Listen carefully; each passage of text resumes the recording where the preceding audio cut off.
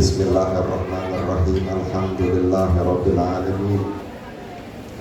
Allahumma shalli ala sayyidina Muhammad wa ala ali sayyidina Muhammad. Assalamualaikum warahmatullahi wabarakatuh.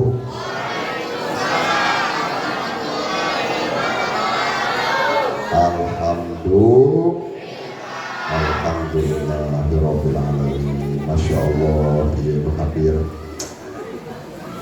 Pinter ya panitia atur posisi duduk mah ya. Yang sebelah sini kaum bapak, bapak baru nak wedding. Kamarana bapak-bapak lah tuh kerubah mobil ya. Yang sebelah sini ibu-ibu semua, masya Allah. Eta MC Garlis masukkan mabaya pengajian mamah dedeh bajunya sararua kabeh. Alhamdulillah, tadi telah sama-sama kita baca maulid. Sebelum saya mulai, saya ingin ucapkan salam penghormatan dulu untuk Pak Ustadz, Pak Kiai, Pak Ajengan di tempat dia kelak saya ngarangan di sini. Ada Ustadz Indra Nugraha, begitu juga ada Bapak Ketua DKM, Bapak Harum Bahrum, dan pengurus masjid daripada Al-Irsyad semua. Para Ustadz, para Kiai, para ajengan anu aya di tempat ieu yang namanya tidak bisa disebutkan satu persatu, kita doakan mudah-mudahan mereka semua panjang umur, amin. Sehat walafiat, amin. Dibarokahkan ilmunya, amin. Dibarokahkan hartana, amin. Amin ya rabbal. Begitu juga salam penghormatan saya untuk ibu-ibu ieu, mamah dedeh kabeh ieu, bapak-bapak, hadirin hadirat. Kalau saya perhatikan subhanallah wajahnya nggak ada yang sama, beda semua, masya Allah. Garelis pinter ini panitia, nu garelis di diharap jadi abdi seger. Coba lagu nu diharap nu karolot ini tunduh ningali. Jadi pinter ya panitia di teu. Naon eta seri he? Aduh. Ieu tim hadroh bisi rek tarurun ngaropi arurun jig. Aduh jaar anu mah capek ana nyaho kelihatan nanti wajahna geus pararetot. Masya Allah, mudah-mudahan yang datang ke tempat ini di pagi hari Minggu ini, di pagi hari ini, mudah-mudahan yang datang ke tempat ini yang punya hajat semoga dikabulkan semua hajat-hajatnya, amin. Yang punya anak soleh dan solehah, amin. Yang punya suami mudah-mudahan suaminya soleh. Yang punya istri, dipoto kehela ini. Itu ngomong gerak, anak kudu alus dipoto nak kehela. Iya, pancretkeun heula saeutik. Yang punya istri semoga solehah istri. Yang punya anak yang belum menikah cepat-cepat dapat jodoh, amin. Yang perempuan dapat jodohnya kaset, bunghar. Naon deui hayang naon deui sok doa guru dibere ieu sekalian. Kaset, bunghar, soleh. Naon deui?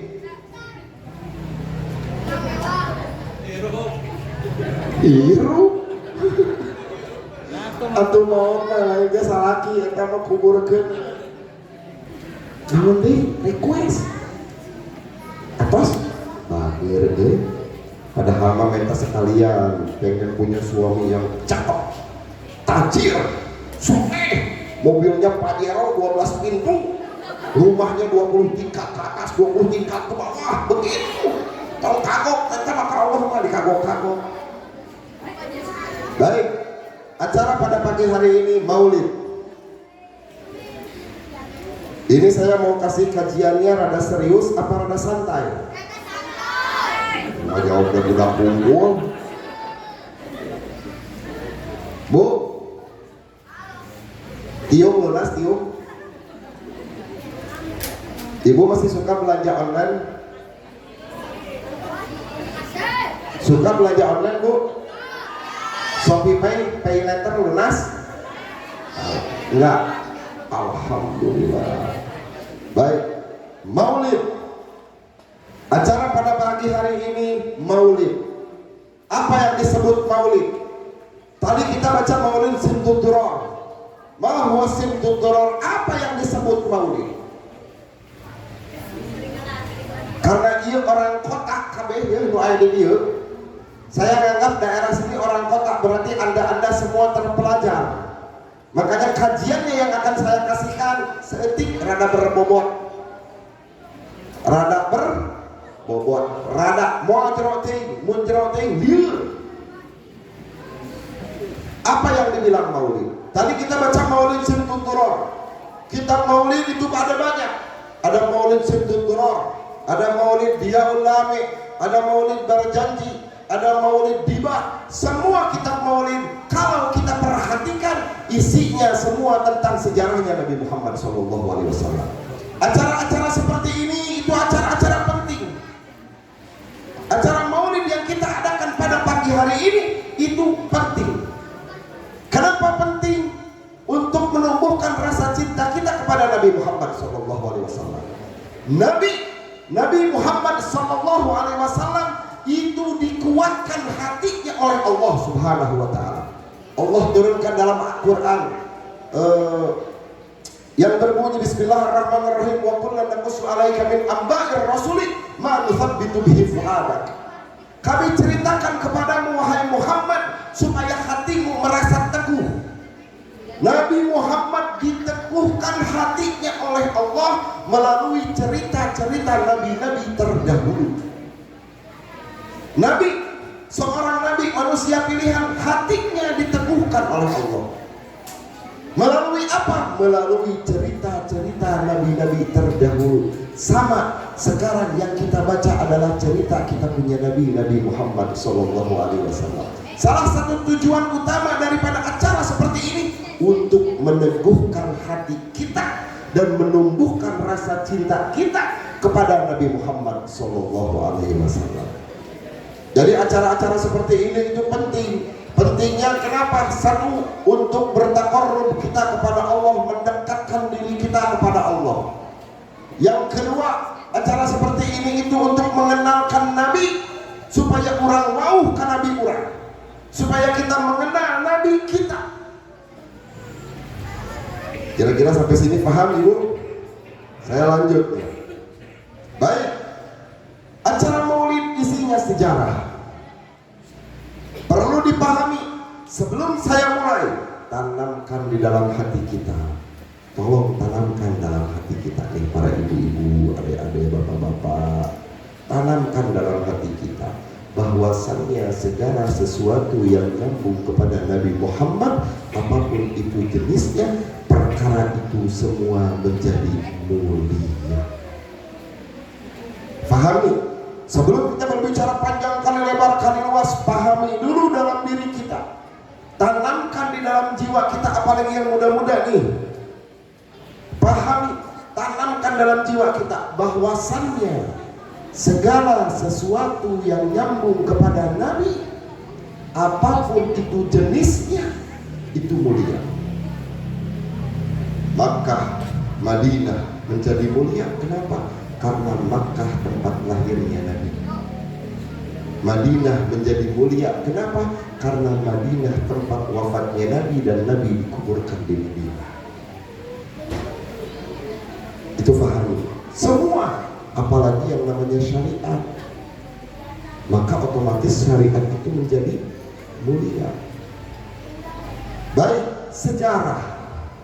Saya akan bahas mengenai sejarah biar kita paham.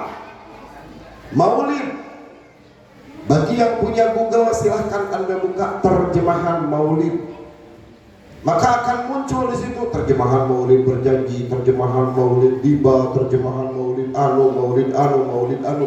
Intinya adalah untayan kata-kata yang menerangkan tentang Nabi Muhammad SAW. Kenapa ini dibacakan? Baik, saya mau nanya. Tadi pas Mahalul Qiyam berdiri, yang hadir di sini ada rasa nggak di hati? Pas Mahalul Qiyam, pas lantung dia pas marhaba, ayah rasa termasuk karena hati orang. Ada ya? Baik, pertanyaan yang kedua, ada rasa padahal mengerti nggak yang dibaca? Nggak ngerti, tidak mengerti tapi ada rasa.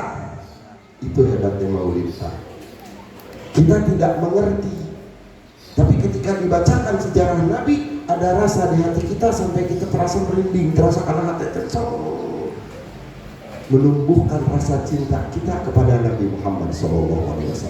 Kenapa menumbuhkan rasa cinta kepada Nabi itu penting? Ya, karena tidak akan pernah mungkin seseorang bisa beribadah kepada Allah secara sempurna, secara sungguh-sungguh, kecuali ada rasa cinta kepada Nabi Muhammad SAW. Saya mau nanya, yang hadir di sini cinta nggak sama Nabi? Cinta nggak sama Nabi? Kita buktikan poin cinta itu. Kita buktikan. Tadi bilang cinta ya, cinta nggak sama Nabi? Cinta. Kita buktikan betul nggak diri kita cinta sama Nabi? Kita buktikan sekarang, detik ini juga. Nggak usah dijawab. Ketika nanti sudah dijelaskan, jangan dijawab, dipikir aja, dipikir benar nggak ya? Benar saja orang itu cinta sama Nabi ya, orang tuturkan, pikirkan. Kalau betul kita lakukan, berarti benar orang cinta. Kalau betul, berarti kita bohong cinta sama Nabi. Cinta. Kalau anak sekarang bilang cinta itu cerita indah namun tiada arti. Anak sekarang ABG yuk. Anak baru gede udah paham cinta-cintaan kan? Udah punya ayang bebek. Anak sekarang Masya Allah tuanya cepat. Ningali lelaki kaset utik. Ningali awewe tulis utik. Cinta. Saya kasih pembahasannya ini rada seetik, karena saya pikir sudah waktunya nih. Banyak yang tua-tua saya rasain pembahasan nyampe. Cinta itu ada di dalam hati. Attention please. Cinta itu ada di dalam hati. Cinta ayana di dalam hati. Para ulama menyebutkan, mobil khusus Al-Imam Asy-Syafi'i menyebutkan, hati mempunyai cara kerja yang tidak lazim. Hati mempunyai cara kerja yang tidak bisa ditiru oleh anggota tubuh manapun termasuk akal. Artinya, ketika hati sudah menentukan satu pilihan,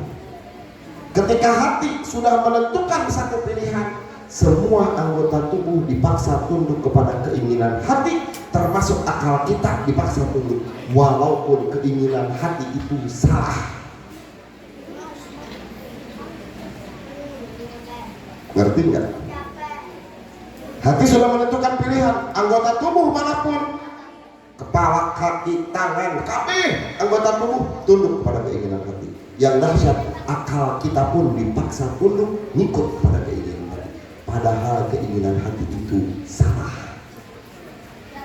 Kita kasih contoh. Di sini di Perum ini ada anak laki, budak laki, ngerti bahasa Sunda tuh ya? Ngerti kamu bahasa Sunda? Ada yang ngerti, ada yang enggak. Pakai bahasa Indonesia, bahasa Sunda. Indonesia.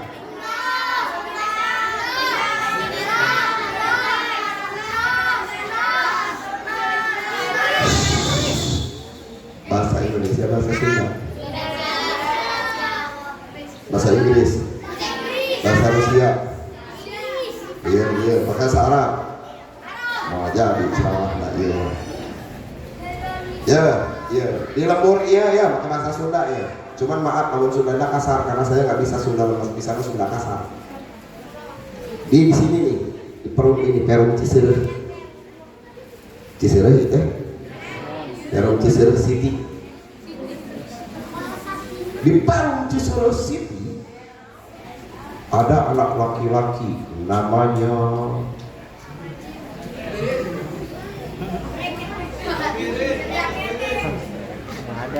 lu umum Asep obatnya Agus. Ayah Agus. Tong Agus bisa kasih ibu.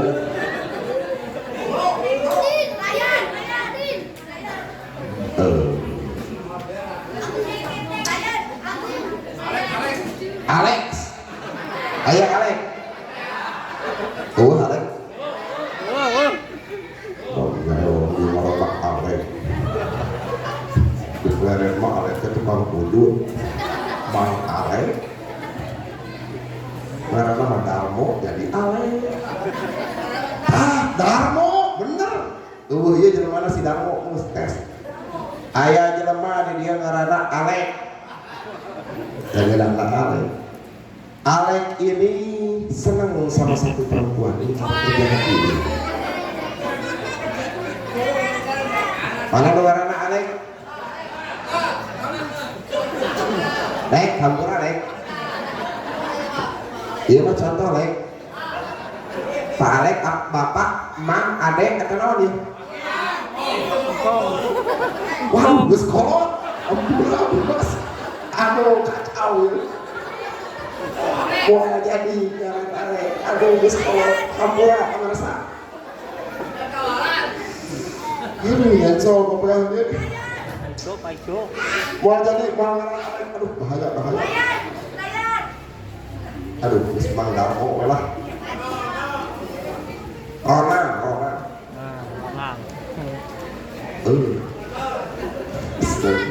Darmo, wes lah.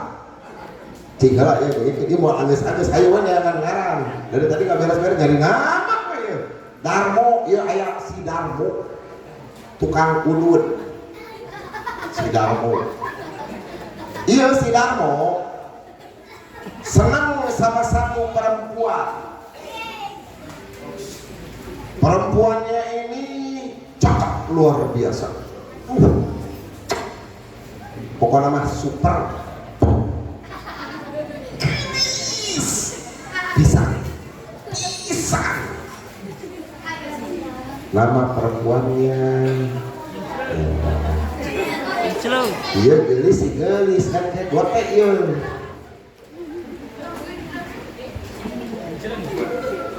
Si itu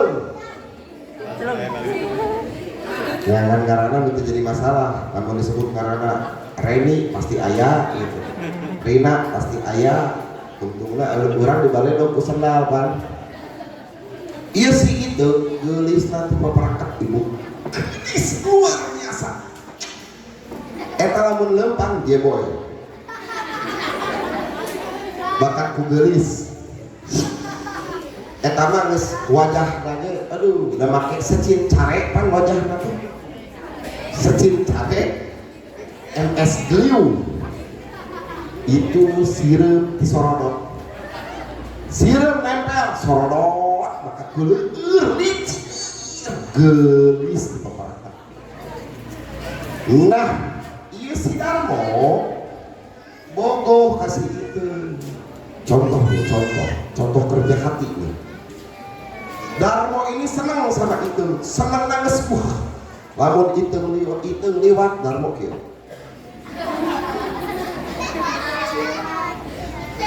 Lain. Kecak. Geus bogoh pisan we Darmo. Itu merasa dirinya cakep. Banyak laki-laki yang senang. Kabogohna loba. Dibunga pengkolan eta kabogohna. Setiap malam dijemput itu. Hari ini datang yang jemput bawa Ninja, besok bawa Pajero, besok bawa Fortuner, besoknya lagi bawa Bujero. Pajero kan bapak, Bujero yang perempuan. Udah itu teh. Nah, Darmo dan tetangganya beserta keluarganya ngasih tahu ke Darmo, ya ini mah sekedar nasihat, jangan mau sama si itu mah bandel tiap malam dibawa sama cowok, pulang jam 2 malam, jam 3 malam siga nama aktif di micet tetapi siga nama aktif di micet ulah mau ulah ngabejaan ulah kabogoh loba unggal pengkolan dijemput tiap hari mau aduh gelis teh beungeutna suku nama buduk mau ulah tapi darmo kekeh dia sering ngeliat itu dibawa sama cowok dibawa pulang balik tapi hati hayang kalinya dinasehatin semua orang nasehatin gak masuk si ini ngasih tahu gak asup si iya ngabejaan gak asup si iya ngabejaan gak asup kekeh hayang kasih itu sabodo itu tahu darmo iya lobat hayang si itu HP-nya leungit hayang ganti HP contoh ya kata si itu teh AA kalau AA betul-betul cinta padaku dan ingin menikah denganku maka wayahna pangmeulikeun iPhone 15 Pro Max. Namun disebut iPhone pan orang jadi endorse ku iPhone lu dibilang jadi iPhone 15 Pro Max. Berapa harganya? 25 juta. Darmo lieur. Kumaha cara ieu nutup ieu iPhone ieu 15 juta. Akhirnya Darmo nekat. Nekatnya bagaimana? Dia kredit. Nganjuk HP dibikin kasih Iten di cicilan unggal bulan. Baru 2 bulan itu HP dicicil, si Iten sudah menikah sama orang lain. Sakit kan? Di sini sakitnya. Sedih kan? Pas udah kejadian seperti itu, akhirnya semua orang udah bilang, kan saya sudah bilang mau jangan mau ente mah bogohna kapoekan. Geus dilejaan awewe itu mah moal daekeun ka maneh mah ngan diporot hukul maneh keukeuh sih. Nah, itu cara kerja hati. Sudah tahu akal sehat gak masuk, gak bakalan masuk ini orang sama saya. Tapi keukeuh hati menunjukkan saya ingin ke situ, maka memaksakan diri. Itu cara kerja hati. Baik. Sekarang saya sambungkan dengan sejarah Nabi. Tidak akan mungkin seseorang bisa betul-betul beribadah kepada Allah secara aturan syariat agama kalau tidak ada rasa cinta kepada Nabi Muhammad. Minimal kalau orang cinta sama Nabi, ibu cinta sama suami, semua keinginan suami ibu ikuti. Istri, suami cinta sama istri, semua permintaan istri akan dia penuhi. Diusahakan yang pamajikan mah dah bogoh, dah nyengah, dah sayang. Sama kita cinta sama Nabi. Ketika kita mengaku cinta sama Nabi, minimal apa yang diperintahkan oleh Nabi akan kita ikuti. Itu pertama. Baik, sekarang sejarah ini intinya yang akan saya bahas. Saya rasa yang kecil-kecil mau masuk, tapi yang dewasa masuk. Baik, sejarah saya akan masuk kepada bab sejarah. Karena ini acaranya momennya Maulid, maka saya akan bahas mengenai sejarahnya Nabi. Dari mana ini sejarah yang kita tahu? Perlu dipahami Pak, Bu. Tolong dipahami. Yang namanya sejarah Nabi, apapun jenis kitabnya, mau itu dalam bentuk kata-kata untayan seperti Maulid, atau kitab sejarah yang kita baca, nuku urang dibaca ya kitab sejarah Rasul. Kalau kita perhatikan itu muaraknya dari 4 orang, 4 atau 5 orang, kalau tidak salah 5. Mudah-mudahan saya tidak lupa. Sejarahnya Rasul itu berasal dari mana? Dari 5 orang. Kenapa ada sejarah Rasul? Dulu bahula 1400 tahun yang lalu, 1500 tahun yang lalu, itu orang apabila ingin tahu sejarahnya Rasul, mereka harus berangkat langsung ke Arab Saudi, bertanya langsung sama para sahabat Nabi yang saat itu masih hidup dulu. Maka para sahabat Nabi berpikir, ini apabila tidak ada yang menuliskan dan membukukan sejarah Nabi, maka umat yang akan datang mereka tidak akan kenal siapa nabinya. Dan ini berbahaya. Umat yang sekarang ini kita nggak bakalan pernah bisa tahu sejarah Nabi kita kalau kita nggak baca kitab sejarahnya. Maka pertama kali sejarah Nabi ditulis, orang yang menganggap penting daripada sejarah Nabi yang pertama memikirkan, ya lamun ditulis sejarah Kanjeng Nabi, maka otomatis tidak akan ada umat yang tahu mengenai sejarah Nabi-nya. Siapa? Itu satu orang. Yang pertama, orang yang menuliskan mementingkan tentang sejarah Nabi namanya Urwah bin Zubair. Urwah bin Zubair. Siapa Urwah bin Zubair? Urwah bin Zubair itu anak daripada sahabat Nabi yang nama sahabatnya Zubair ibnul Awwam.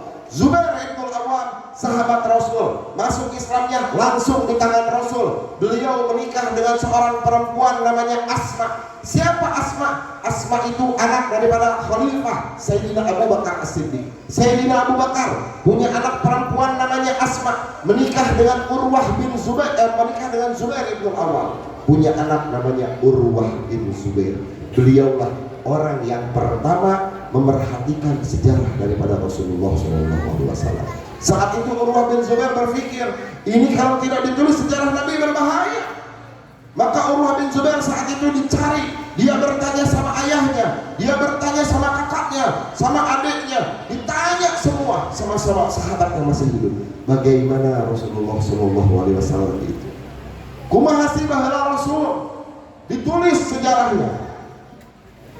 Setelah itu Urwah bin Zubair wafat. Wafat Urwah bin Zubair. Maka manuskrip tulisan tangan daripada Urwah bin Zubair diambil alih oleh seseorang yang bernama Abban ibn Utsman bin Affan. Sayyidina Utsman bin Affan punya anak laki-laki namanya Abban. Diambil tulisannya, disempurnakan, ditulis oleh Abban ibn Utsman. Ini pembahasan kepada sejarah penting, ini harus kita paham. Abban bin Utsman bin Affan menulis daripada sejarahnya Rasul, disempurnakan. Beliau bertanya sama ayahnya. Keterangan ini dapat Anda buka, Anda cari di kitab Fiqhus Siratul Nabawiyah karangan Dr. Said Ramadan Al-Hudi. Ditulis apa itu? Tanya ke ayahnya siapa? Utsman bin Affan, ditanyakan, ditulis. Setelah itu Abban bin Utsman bin Affan wafat pada tahun 110 Hijriah. Maka tulisannya diambil lagi, disempurnakan kembali tulisan ini. Siapa yang menyempurnakan? Wahab bin Munabbih. Sebagian ulama ada yang menulis Wahab bin Munabbah. Ditulis dari sejarah Rasulnya, dipentingkan dari dia bahaya, iya umat mau akhir zaman mau nyawa Rasulullah, ditulis. Wahab bin Munabbah tulisannya sampai detik ini masih ada di museum, tapi bukan di Timur Tengah, bukan, adanya di Jerman. Ada satu museum nama kotaknya Heidelberg, Hesek lah. Itu kota pelajar. Ada satu museum di situ masih ada tulisan tangan Wahab bin Munabbah mengenai sejarahnya Rasulullah SAW. Wahab bin Munabbah wafat, maka diambil tulisannya oleh seseorang yang bernama Ibnu Syihab Az-Zuhri. Siapa Ibnu Syihab Az-Zuhri? Ibnu Syihab Az-Zuhri adalah cucu atau cicit daripada Abdullah bin Harith. Abdullah bin Harith punya kakak namanya Zaid bin Harith, sahabat Nabi yang langsung masuk Islam di tangannya Nabi Muhammad SAW. Sahabat Nabi Zaid bin Harith masuk Islam di tangan Nabi, terus Abdullah bin Harith masuk Islam di tangan Nabi. Beliau punya cucu atau cicit namanya Ibnu Syihab Az-Zuhri, ditulis sama beliau. Ibnu Syihab Az-Zuhri wafat. Tulisan yang terakhir diambil alih kalau tidak salah oleh seseorang yang bernama Syarhabil Ibnu Sa'ad. Disebutkan dari sini sejarah Nabi ada sampai bisa kita tahu bagaimana Rasulullah SAW itu dulu.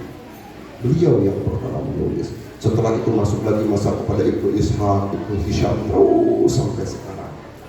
Baik, pentingnya kita belajar sejarah untuk apa? Maaf, umat Islam saat ini hanya tahu sejarah Nabi yang jelas-jelas tahukul, tapi tidak tahu jentreknya, rincinya sejarah Nabi itu seperti apa. Umat Islam sekarang jarang mempelajari. Makanya tidak heran ketika kita ibadah kita ngambang, karena tidak ada rasa cinta. Tidak akan mungkin kita akan cinta kepada Nabi apabila kita tidak baca sejarahnya Nabi. Tidak bakal mungkin. Tak kenal maka tak sayang. Kenali dulu nabinya, maka akan timbul rasa cinta. Baik, pentingnya kita belajar sejarah Nabi itu buat apa? Di sini dijelaskan oleh Dr. Said Ramadan Al-Buti, ditulis bahwasannya pentingnya kita belajar sejarah Nabi adalah fahmu syakhsiyatir Rasulin Nabawiyah min khilali durufihi wa hayatihi allati asya fiha. Fahmu, untuk memahami, untuk mengetahui. Fahmu syakhsiyatir Rasulin Nabawiyah, untuk memahami kehidupan Nabi, untuk mempelajari kehidupan Nabi. Dari mana? Dari selak-selak kehidupan Nabi, dari apa yang sudah Nabi lakukan. Kenapa ini penting? Ya, kalau kita pengen tahu siapa manusia yang pertama menerapkan toleransi, itu Nabi Muhammad SAW. Manusia yang paling toleransi adalah Nabi. Manusia yang paling bisa mengatur dalam artian adil siapa? Adalah Nabi. Karena apa? Dari sejarah Nabi, ibu, bapak, dari sejarah Nabi kita bisa tahu bagaimana tata cara Nabi menghadapi para sahabat-sahabatnya, bagaimana tata cara Nabi menghadapi para kerabat-kerabatnya, baik itu kerabat yang sudah Islam ataupun yang belum Islam. Bagaimana tata cara Nabi menghadapi istri-istrinya, membagi waktunya antar istri. Dari sejarah juga, dari bagaimana kita bisa tahu kumaha baheula Rasulullah ngatur ketika terjadi bentrok antara dua kaum sahabat, antara Muhajirin wal Ansor, bentrok Rasulullah ngagurkeun diakurkeun deui, didamaikan lagi seperti apa, itu diajarkan. Termasuk bagaimana tata cara Rasul melakukan hal yang namanya toleransi. Perlu dipahami ibu, perlu dipahami pak, ketika Nabi Muhammad SAW pertama kali diutus, Nabi pertama kali diutus menjadi Nabi, ketika Nabi berumur 40 tahun, maka umat Islam, maka umat yang ada di situ terbagi menjadi 4 kategori. Umat aya 4 macam. Satu, mereka yang beragama Yahudi. Orang-orang Yahudi. Di mana mereka tinggal Yahudi ini? Para Yahudi tinggal di Madinah.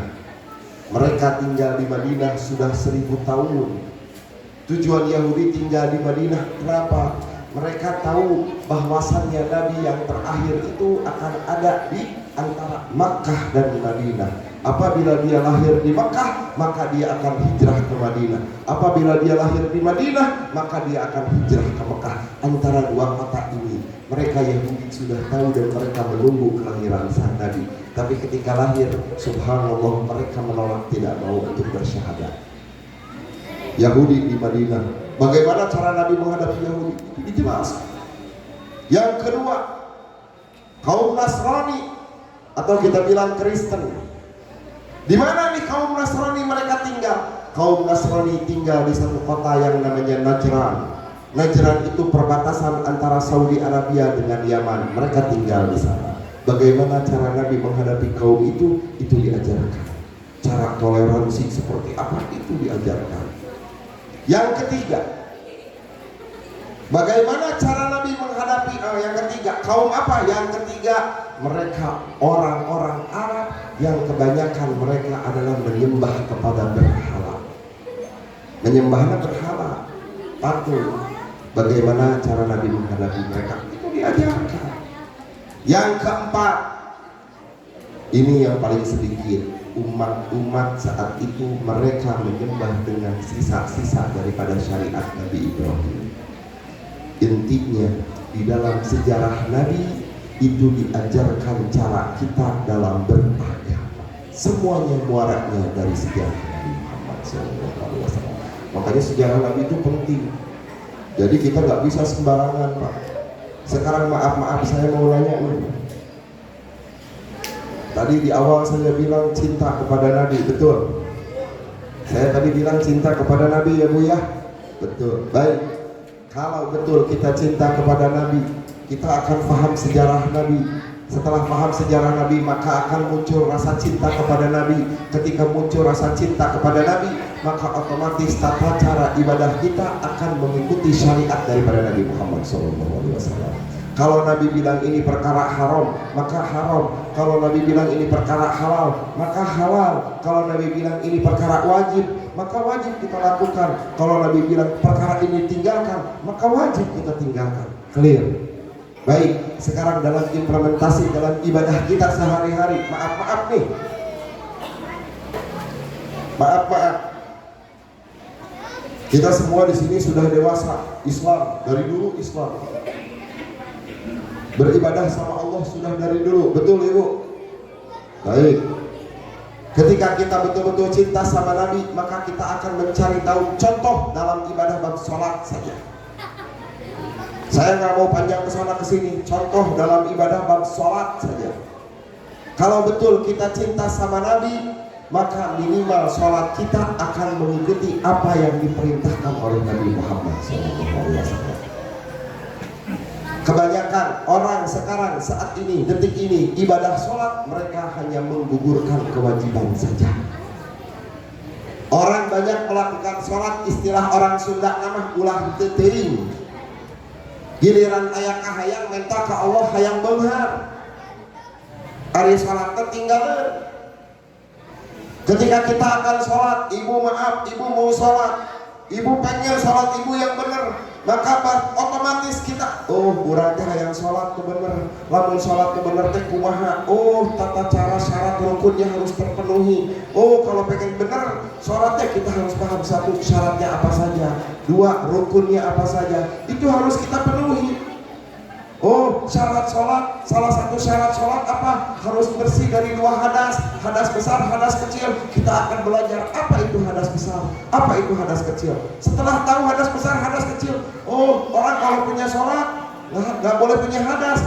Cara menghilangkan hadas kecil bagaimana? Wudu. Bagaimana cara wudu? Kita akan belajar bab wudu. Setelah kita belajar bab wudu, wudu itu pakai air. Maka kita harus tahu jenis air apa saja yang boleh dipakai. Berarti kita belajar bab airnya, masuk ke bab wudunya, dari bab wudu baru kita masuk ke dalam bab sholatnya. Satu. Yang kedua, salah satu syarat sholat apa? Tidak boleh punya najis di dalam badan. Kita tidak boleh punya najis. Najis itu dibagi menjadi 3. Kita akan cari tahu apa saja najis itu. Dipelajari secara rinci. Maaf, khususnya kaum bapak. Kaum bapak itu pangjorok-jorokna ketika kiih. Kaum bapak paling jorok yang namanya kencing. Kenapa saya bilang paling jorok? Maaf, kalau ibu pengen kencing pasti kan begini Bu. Gini ke kamar mandi kan Bu. Tapi kaum bapak pengen kencing, jangan tembok, tukang tembok batur. Jorok Pak.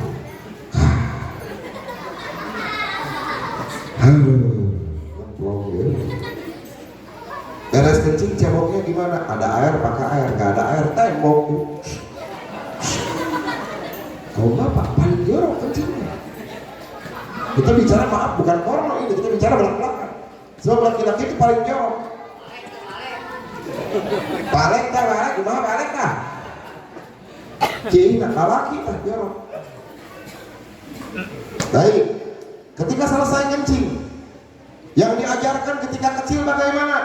Oh, kalau orang kencing, kita waktu kecil diajarin kalau orang kencing cebok. Pakai cai segelas pahi. Betul. Tapi ketika kita kencing, kan ada yang nyiprat ke celana. Terus kita langsung ke masjid sholat. Sholat di bawah najis. Banyak kayak begitu? Banyak. Maaf nih bapak-bapak, ketika Anda melakukan perjalanan kemanapun, Bapak berangkat ke Jakarta, biasain bawa sarung, Pak. Biasakan bawa sarung. Ketika masuk waktu sholat, masuk ke masjid, ganti pakai sarung. Karena biasanya bapak-bapak kalau pas di tol itu kuat, yang rest area, masuk ke rest area, masuk ke kamar mandi, kencing. Biasanya kencingnya sambil diri. Biasa langsung dia Pak, ketika sebelum sholat, langsung waktu sholat itu ganti celananya pakai sarung. Karena nanti di akhirat, di hari kiamat, ketika kita nanti dihisab oleh Allah Subhanahu wa Ta'ala, Anda semua akan kaget. Kagetnya kenapa? Ketika kita sholat, ketika kita di dunia, kita merasa tidak pernah meninggalkan sholat. Saya di dunia alhamdulillah belum pernah ketinggalan sholat. Bisa. Ketika kita dihisab sama Allah, ternyata ketahuan, kata Allah kita punya qadaan sholat 700 kali. Maka kita kaget, 700 kali. Ya Allah, saya selama di dunia saya nggak pernah ninggalin sholat. Kenapa saya punya qada sholat 700 kali? Ini gimana ceritanya ya Allah? Ternyata apa? Gara-gara kencing Pak, sholat kita jadi tidak sah. Gara-gara kencing Bu, sholat kita jadi tidak sah. Gara-gara salah sedikit di dalam sholat, maka sholat kita tidak sah. Kita sholat, betul sholat betul. Menurut aturan dihukumi sah, tapi kita tidak tahu aslinya. Makanya hukum Islam di dalam fikih itu cuma dibagi sah dan tidak sahnya saja, bukan diterima atau tidak diterima. Diterima atau tidak diterima itu urusan Allah. Yang kita atur di dunia sah atau tidak sah. Yang menjadi masalah adalah satu, wa kullu man bighairi ilmin ya'malu a'maluhu mardudatun baru. Setiap orang yang melakukan amal ibadah tanpa tahu ilmunya, maka ibadahnya itu langsung tertolak, tidak akan pernah Allah terima. Sah pun tidak. Berapa banyak orang yang melakukan ibadah di dunia, tapi dia nggak tahu tata cara ibadahnya, yang terjadi ibadahnya tidak diterima oleh Allah Subhanahu wa Ta'ala. Itu banyak nggak? Banyak. Karena yang menjadi masalah, kita belajar agama rata-rata ketika kita kecil. Bapak, ibu belajar tata cara sholat kapan? Ketika kecil. Belajar bacaan sholat kapan? Ketika kita kecil. Belajar wudhu kapan? Ketika kita kecil. Belajar istinja kapan? Ketika kita kecil. Pertanyaannya, yang mengajarkan itu kepada anak kecil nggak bakalan jentre. Mau cek orang Sunda mah jentre, mau jentre.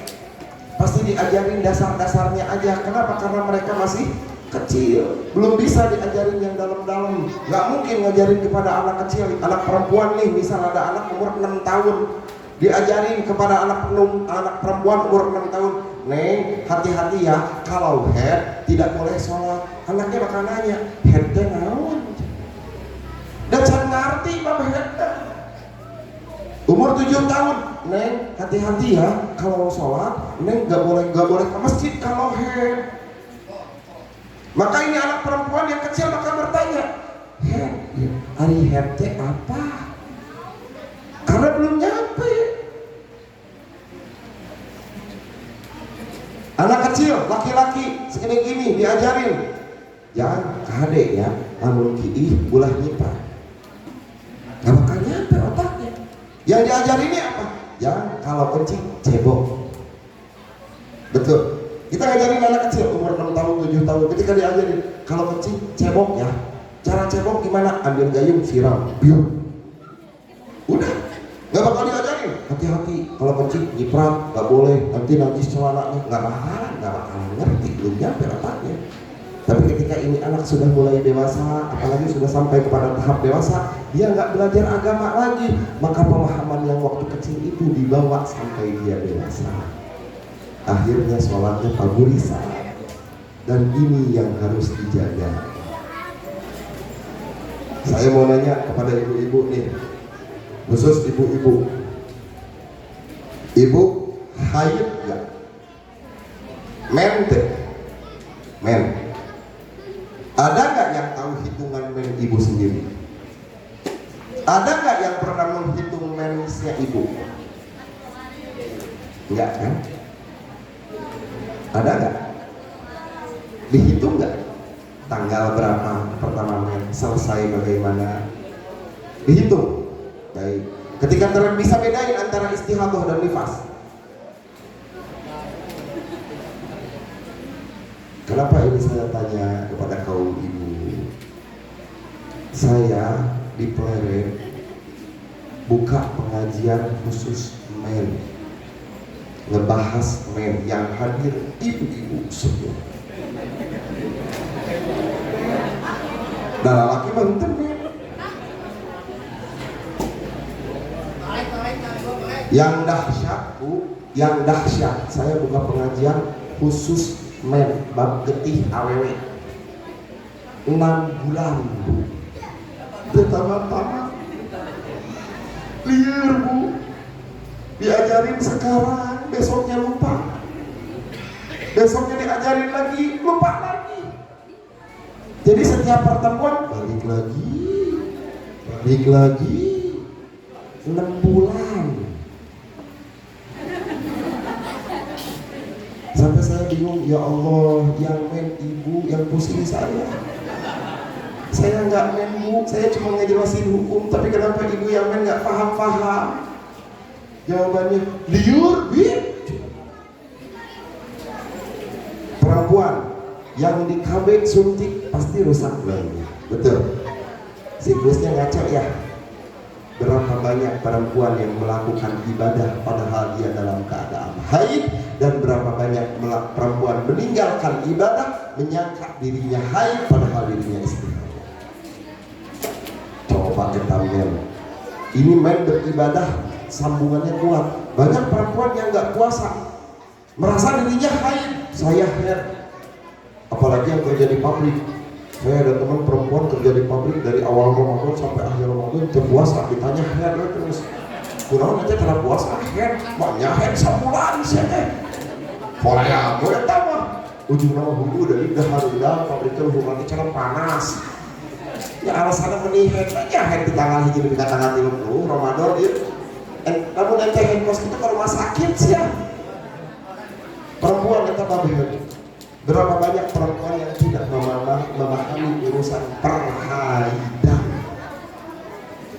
Kenapa saya bilang seperti itu? Saya sedikit cerita ya. Ketika saya di Hadramut dulu belajar, itu ada satu kitab namanya Izalatul Irtibas. Artinya menghilangkan keraguan di dalam masalah haid dan istihadah dan nifas. Ya urusan AWW. Belajar di sana menurut teori, iya saya paham, oke, paham. Teorinya seperti ini, oke.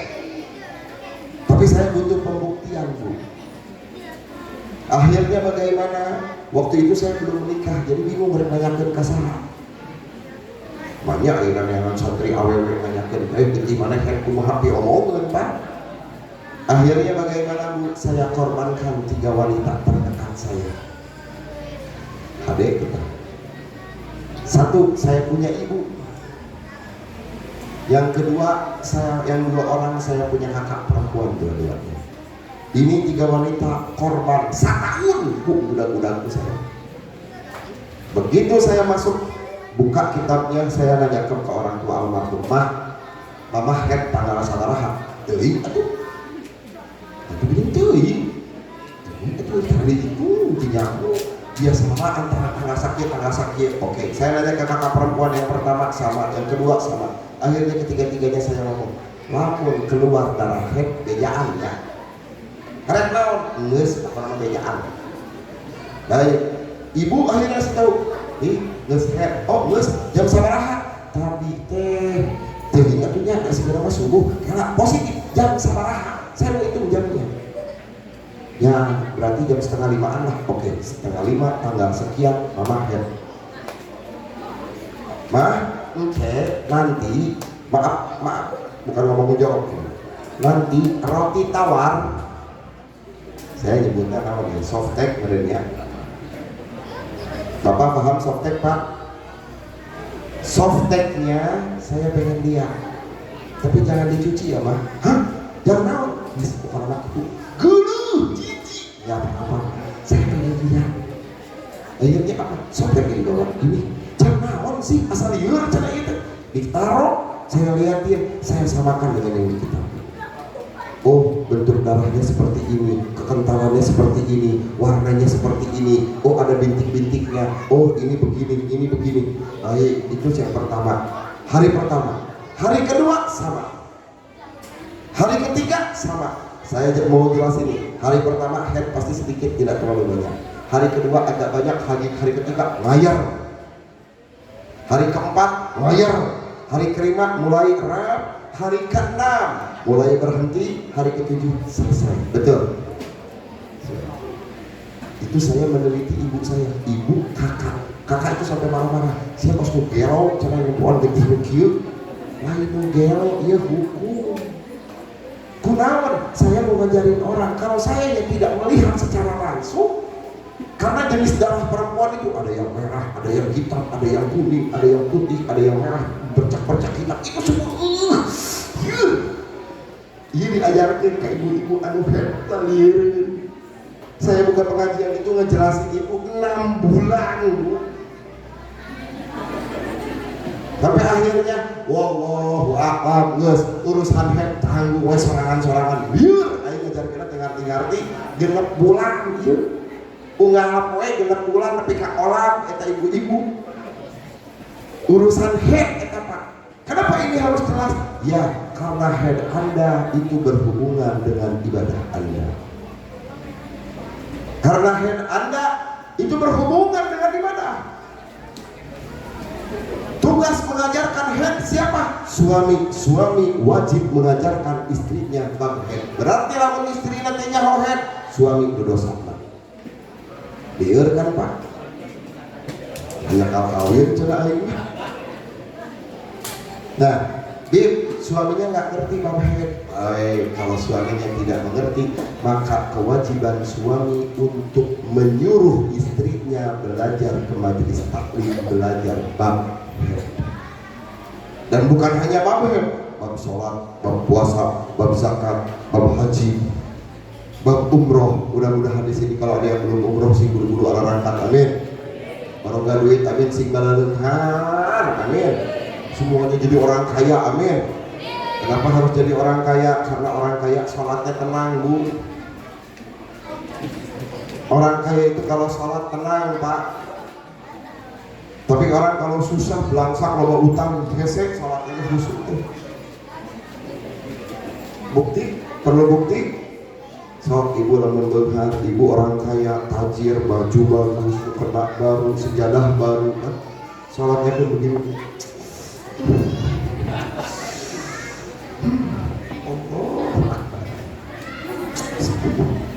Senyum kok sholatnya. Kenapa? Ingat habis ini suami mengajak ke Klongtang. Suami itu ngajak ke daerah rencana ini mau beli Pajero. Yang buru-buru angges sholatnya. Amin ya Allah. Tenang ibadah oke. Coba lu balance.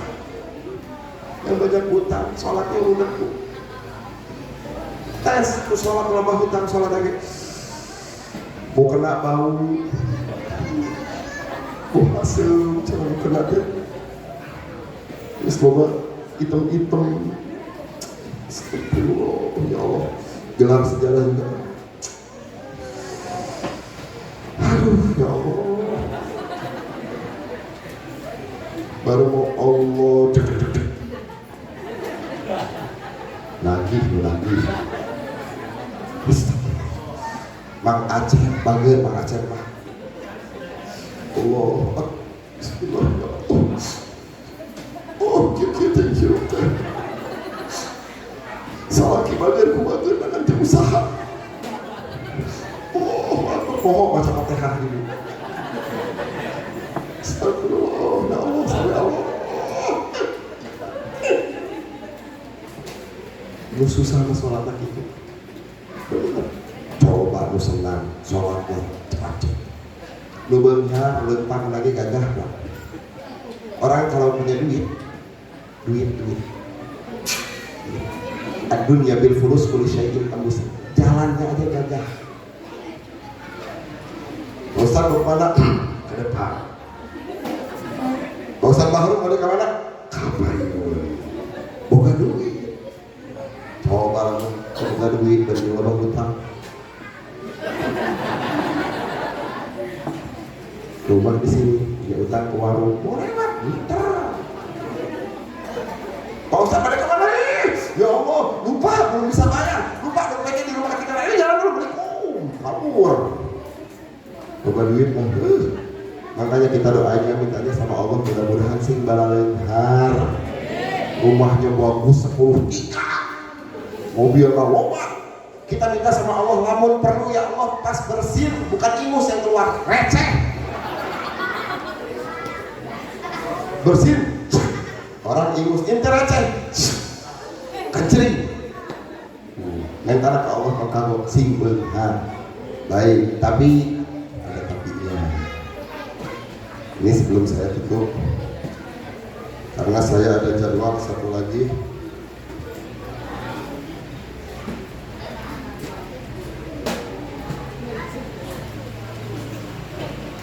Sebelum saya tutup, ini harus disampaikan. Ibu, Bapak, mohon maaf, saya mau nanya. Ketika ibu dan bapak berdoa minta sama Allah, saya mau tanya, dikabul apa tidak? Lu ngomong kabul asal itu. Sekali lagi, ketika kita minta sama Allah, doa sama Allah, dikabul apa enggak? Yakin? Tadi kenapa ragu-ragu? Boleh dijawab? Tadi yang pertama itu masih mikir.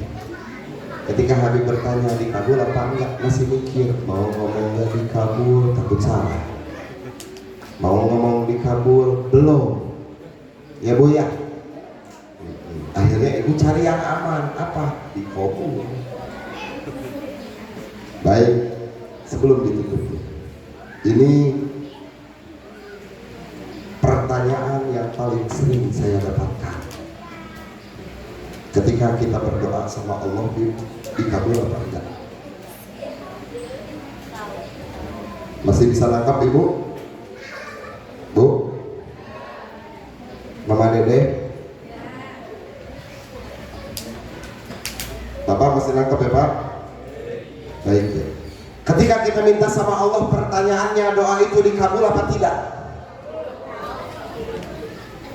Nah, kita sudah minta bertahun-tahun tapi Allah belum berikan. Bib, sebetulnya bagaimana sih cara Allah mengabulkan doa? Jawab jangan. Itu penasaran ya. Cara Allah mengabulkan doa teh kumaha sih? Bib, cara Allah mengabulkan doa setiap hamba-hambanya itu seperti apa? Satu. Yang kedua, cara pandang Allah terhadap kita itu seperti apa? Yang kedua. Ini kenapa saya berikan? Karena saya melihat daripada audiens yang hadir. Ya hadir orang-orang insya Allah jelema-jelema nu salakolah hukum bisa nangkap. Tapi namun saya ceramah di lembur dari nukit cantar juga bisa nangkap lah. Cara Allah mengabulkan doa kita itu ada dua cara. Dua kategori. Di mana ini disebut? Keterangan ini di mana kita dapatkan? Keterangan ini silahkan bagi kaum yang bisa baca kitab, Anda beli kitab Hasyiatul Baijuri karangan Imam Ibrahim, Syekh Ibrahim Al-Baijuri. Di situ ditulis cara Allah mengabulkan doa kepada hambanya itu ada dua macam. Satu, bi'ainin ma talab. Satu, yang diminta diberi. Yang diminta, sekali lagi, yang diminta dikasih sama Allah. Di mana? Di dunia. Bi'ainin ma talab.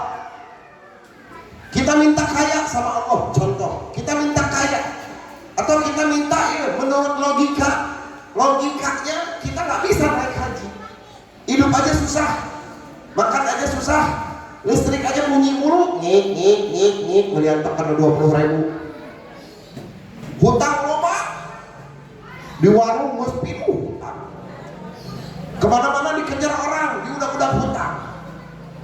Rumah rek dijabel, kubang. Contoh nih, kita minta sama Allah, ya Allah pengen naik haji.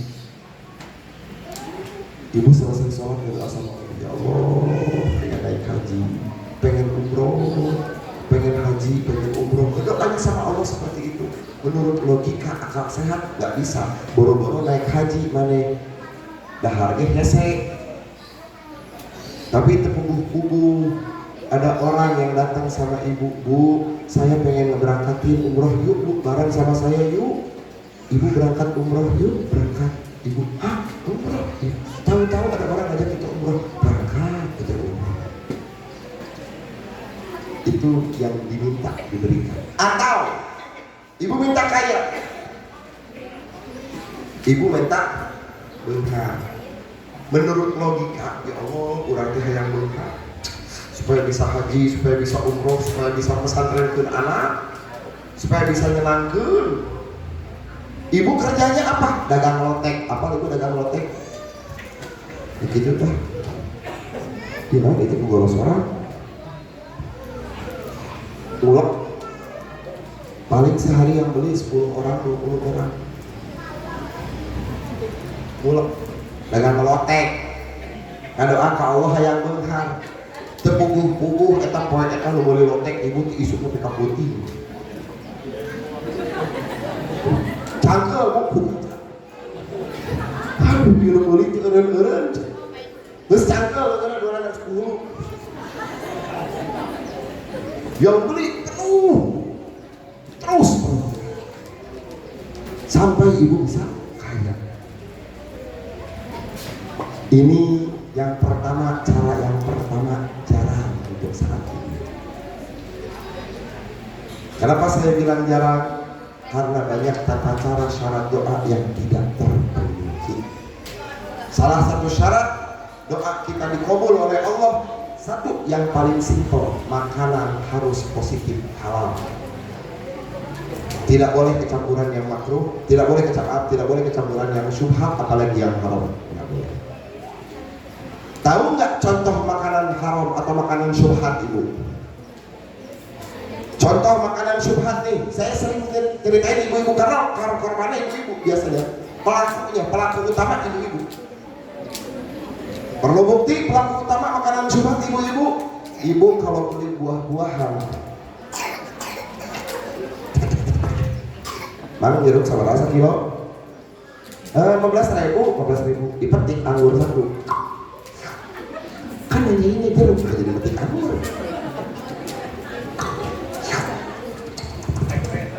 Amin. Tapi saya hasil mah. Ibu eta anggur sakilona setengah, sakilona 30.000. Oh iya, dan mau lama nih. Ngebelah sabelah teh nyopot. Habis tuh pada hasil cobaan.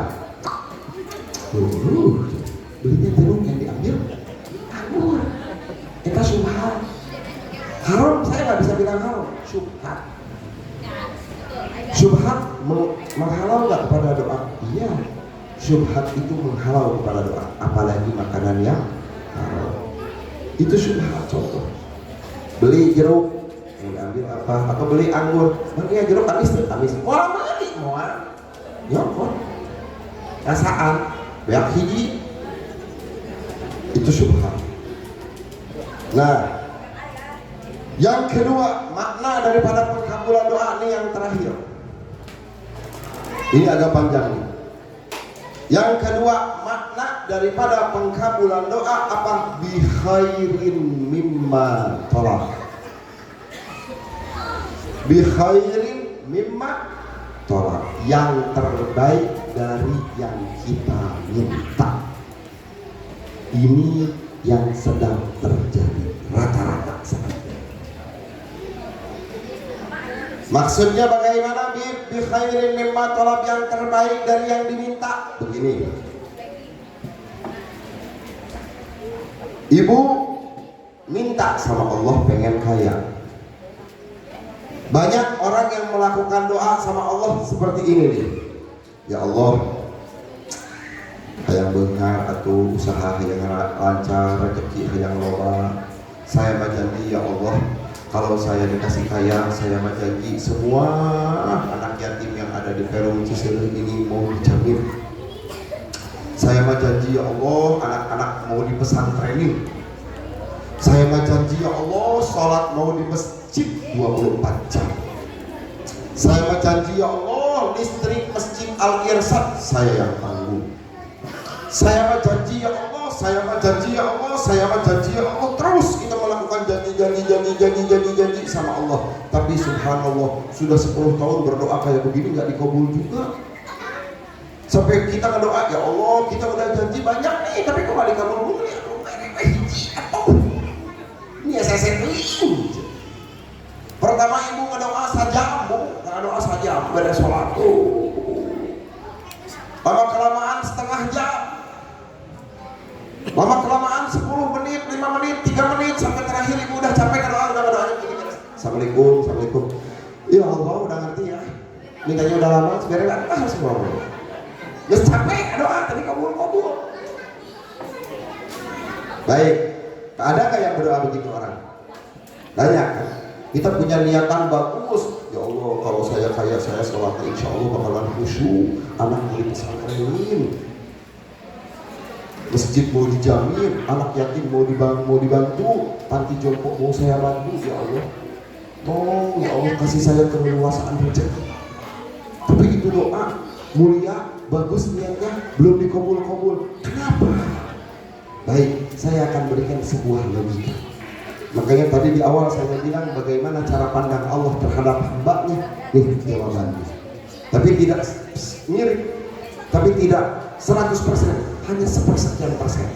Karena Allah lebih. Begini contohnya ibu. Ibu punya anak laki-laki. Kelas 1 SMP, kelas 3 SMP, naik ke kelas 1 SMA. Sekolahnya di mana? Misal di Sadang, kelas 1 SMA-nya di SMA Sadang, misal. Anak ibu bilang sama ibu, dia setiap hari berangkat sekolah pakai angkot, bu. Kaburangan aja, kaburangan. Dan dengan angkotnya hese, dinuh wae, angkotnya hese mah, dinuh wae, jadi kaburangan wae sekolah teh. Akhirnya anak bilang sama ibu seperti ini, mah atau Pak, motor lah biji, minta motor mah. Motor apa tuh deh, adek pengen motor apa? Ninja mah, namun tuh Airmax mah.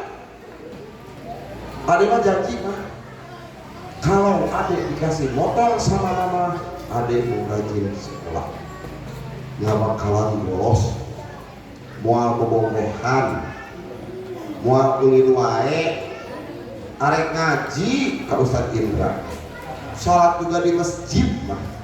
Kalau perlu sholat subuh di masjid, sebelum azan subuh ada yang ada kuan nangtung ke depan masjid. Ibunya punya warung, ada janji mah pulang sekolah ada langsung ke warung bantuin mama. Janji, sumpah. Begini deh. Mama nggak punya duit kalau buat ninja dan ninja mah 20 juta. Udah aja sekarang mau beli motor semampunya, mama punyanya cuma buat beli Honda Beat. Beli Honda Beat ya. Ulah Honda Beat mah, Honda Beat mah karena sok potong. Contoh ya. Moal, nanti tenawan potong beli deh anyar ya Honda Beat. Tapi janji ya sekolah iya siap. Janji. Dibeliin dah sama ibu anak Honda gitu. Janjinya tadi gimana? Sekolah rajin, sholat di masjid, Janjinya nih, begitu dikasih motor Honda Beat, seminggu, bener ke masjid seminggu, sekolah bener seminggu, ke toko bener ngejemput ngapus seminggu. Minggu kedua gimana? Ke masjid enggak, sekolah bolos, kerjaannya nyulik awewe eta, kabogohna loba playboy, ganti-ganti eta. Terus ini anak cek ibu janjinya cuma seminggu nggak ditepatin, kata ibunya udah cukupnya aing mah sekali ke warung mau kan duit di ngerokok. Asalnya ke warung bener rapi, minggu kedua nah sampurna leungit duit ieu 300. Waduh, ya budak geus mulai ya mau kan duit ya. Padahal indung lagi bener mau kan duit salakina gitu. Dina dompetnya kotan. Baik, setelah itu sang anak naik ke kelas 2. Datang sama ibu, mah motor Honda Beat ge, cek adek ge ulang Honda Beat, sekarang mah ganti mah pakai Ninja. Adek mah janji mau ke toko rajin, mau janji yang pernah diucap diulangi lagi. Pertanyaan saya, ibu percaya enggak? Enggak ya? Baik. Kenapa ibu enggak percaya? Karena pernah bohong. Akhirnya ibu mikir, ini anak pakai Honda Beat aja bawa motor naon ngebut gaya Rosidin. Kemarin ayah ini katabrak sukuna potong. Wah bahaya. Iya lamun dibere Honda Beat nyulik awewe wae. Wah malu. Sekarang minta naik Ninja. Wah udah kebayang kalau dikasih Ninja bawa motornya lebih gila lagi ya. Sigana mau duit lagi mau 500.000 1 juta dah mahal. Awet lagi kabogoh ngaloba. Jadi dibere ku ibu. Kenapa? Ibu berpikir kalau saya memberikan kepada anak ini motor yang lebih bagus tidak akan jadi masalah bagi dia, malah jadi bahaya bagi dia. Makanya ibu tidak kasih itu anak motor. Sama bu, ketika kita minta sama Allah, kita minta sama Allah. Maaf nih, ini yang sering terjadi, kadang tidak terasa. Tolong, ini yang sering terjadi, tapi maaf kita jarang merasa. Kita minta sama Allah, contoh yang punya warung, kita minta sama Allah pengen kaya. Ya Allah, kalau kaya saya mah janji sholatnya mau diterima dalam waktu, nggak bakal ninggalin sholat. Saya mah janji ya Allah panti jompo akan saya bantu. Saya mah janji ya Allah yatim piatu akan saya bantu. Saya mah janji ya Allah masjid listriknya akan saya bayar. Saya mah janji ya Allah, saya mah janji ya Allah, saya mah janji saya mah segitu banyaknya janji yang kita ucapkan sama Allah sampai akhir kita tidak diberikan sama Allah. Kenapa? Maaf, dalam proses ibu ketika ibu berdoa, pernah nggak yang punya warung hari ini warungnya sepi? Setelah dia sering meminta sama Allah, tebubuh-bubuh eta warung jadi ramai. Hari ini dan biasanya normalnya sehari buka toko itu dapatnya 1 sampai 2 juta. Hari itu dia dapat sampai 7 juta, 8 juta. 7 juta. Ya boleh beli banyak nih. Tebubuh-bubuh loba kembali. Tanpa disadari ibu janjinya bagaimana? Ya Allah, apabila saya diberikan keleluasaan rezeki, saya mau sholatnya di masjid di awal waktu. Hari itu ketika kita dikasih toko rame, hari itu kita sholat zuhurnya jam 4. Karena sih yang beli banyak, lupa kita mau sholat di waktu yang akhir membeli. Biasanya jam 4:30 toko tutup, pulang ke rumah sholat. Ini karena ramai sampai maghrib kita toko belum tutup. Kata Allah, tuh kan katanya janjinya kalau diberi rezeki lebih mau sholat di awal waktu. Sholat yang paling simpel saja sudah Anda hilangkan. Akhirnya kata Allah, Anda lebih baik bukan dalam keadaan kaya. Seperti itu saja. Kalau Anda dikasih kaya, Anda bakalan sholat. Berapa banyak orang yang asalnya rajin sholat di masjid, ketika dia dikasih kesibukan, kasih kerjaan, jangan jauh-jauh, dikasih kerja saja. Dia nganggur, rajin ke masjid, dikasih kerja, lupa dia jalan ke masjid. Oh saya kerja kan, baik. Pulang kerja jam berapa? Jam 4:30. Baik, berarti maghrib bisa di masjid. Capek. Isya capek. Di rumah sholatnya cek Allah tuh baru juga segitu udah lupa. Jadi maksudnya bi khairin mimma talab, yang terbaik dari yang kita minta. Kita sebagai orang tua bisa menentukan mana yang terbaik bagi anak-anak kita. Apalagi Allah yang menciptakan kita lebih paham apa yang terbaik bagi kita. Kira-kira sampai sini paham ya Bu ya? Paham, alhamdulillah. Mudah-mudahan apa yang saya sampaikan bisa bermanfaat. Saya minta maaf, ini cuaca sudah mulai mengheap. Iya apa mengheap Ibu? Mengheapnya, mengheap teh karedang Ibu. Kamu cek bahasa Inggris nama. Ini langsung tutup doa. Baik. Bismillahirrahmanirrahim. Alhamdulillahirabbil alamin. Allahumma shalli ala sayyidina Muhammad wa ala ali sayyidina Muhammad. Allahumma rzuqna mutaba'atin Nabi Muhammadin sallallahu alaihi wasallam awalan wa akhiran wa zahiran wa batinan qawlan wa fi'lan wa ta'atan wa ibadatan wa amalan shalihan wa'ada. Allahumma ahdina bi hayatil ulama wa amitna bi mawti syuhada wa ahsyurna yawmal qiyamati fi zumratil awliya wa adkhilna jannata ma'al anbiya alaihi salatu wassalam. Rabbana waslih lana kulla syu'un wa aqirna bir ridha minkal uyun waqdi anna rabbana kulla diyun qabla ayatina rasdu malun waqfir wasdur anta akraman satar wa salatullahi takshal mustafa man ilal haqqi da'ana wal wafa bikitabihin fihi linasi shifa wa ala al-ari karam syurafa wa ala sahbi masabi yang Allahumma hdina bihudaka waj'alna mimman yusari'u fi ridhaka wa la tuwallina waliyan siwaka wa la taj'alna mimman khalafa amraka wa asaka wa hasbunallahi wa ni'mal wakil ni'mal maula wa ni'man nasir wa la hawla wa la quwwata illa billahil aliyyil azim wa sallallahu ala sayyidina Muhammadin nabiyil ummi wa ala alihi wa sahbihi wa sallam walhamdulillahi rabbil alamin. Al-Fatihah.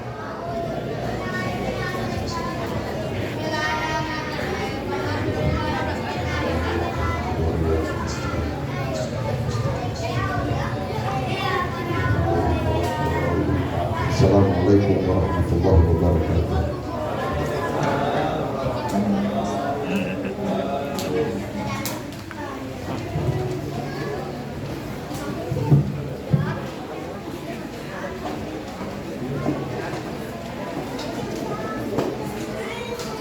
Kalau foto bisa dulu kursinya, tapi harus mau nutup closing. Wah.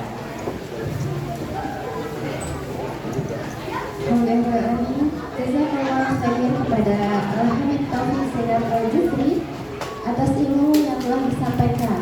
Semoga apa yang disampaikan dapat menambah kecintaan kita kepada Nabi Muhammad SAW. Semoga Allah memberikan keberkahan kepada Al-Habib dan keluarganya, dimudahkan segala urusannya dan Allah jaga anak-anak keturunan yang menjadi generasi yang saleh-salehah. Dan semoga Allah mudahkan kita untuk mengamalkan atas apa ilmu yang telah disampaikan.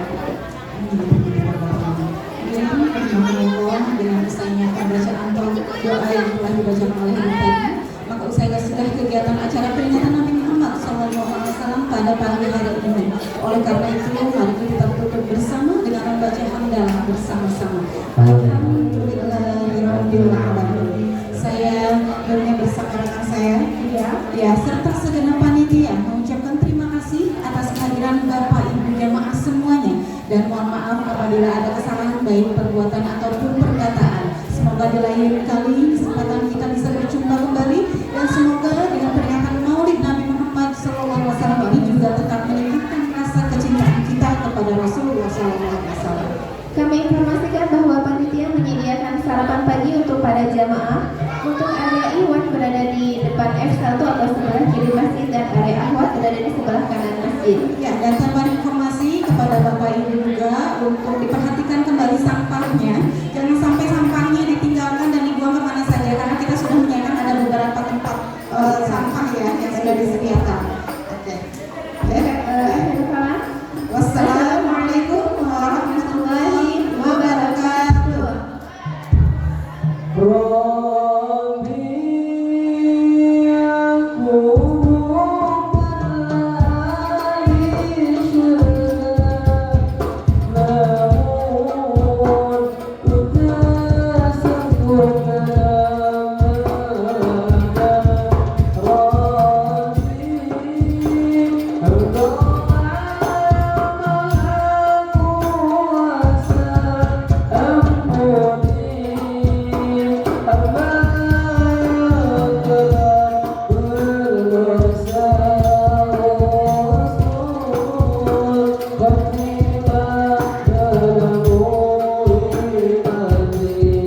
Boleh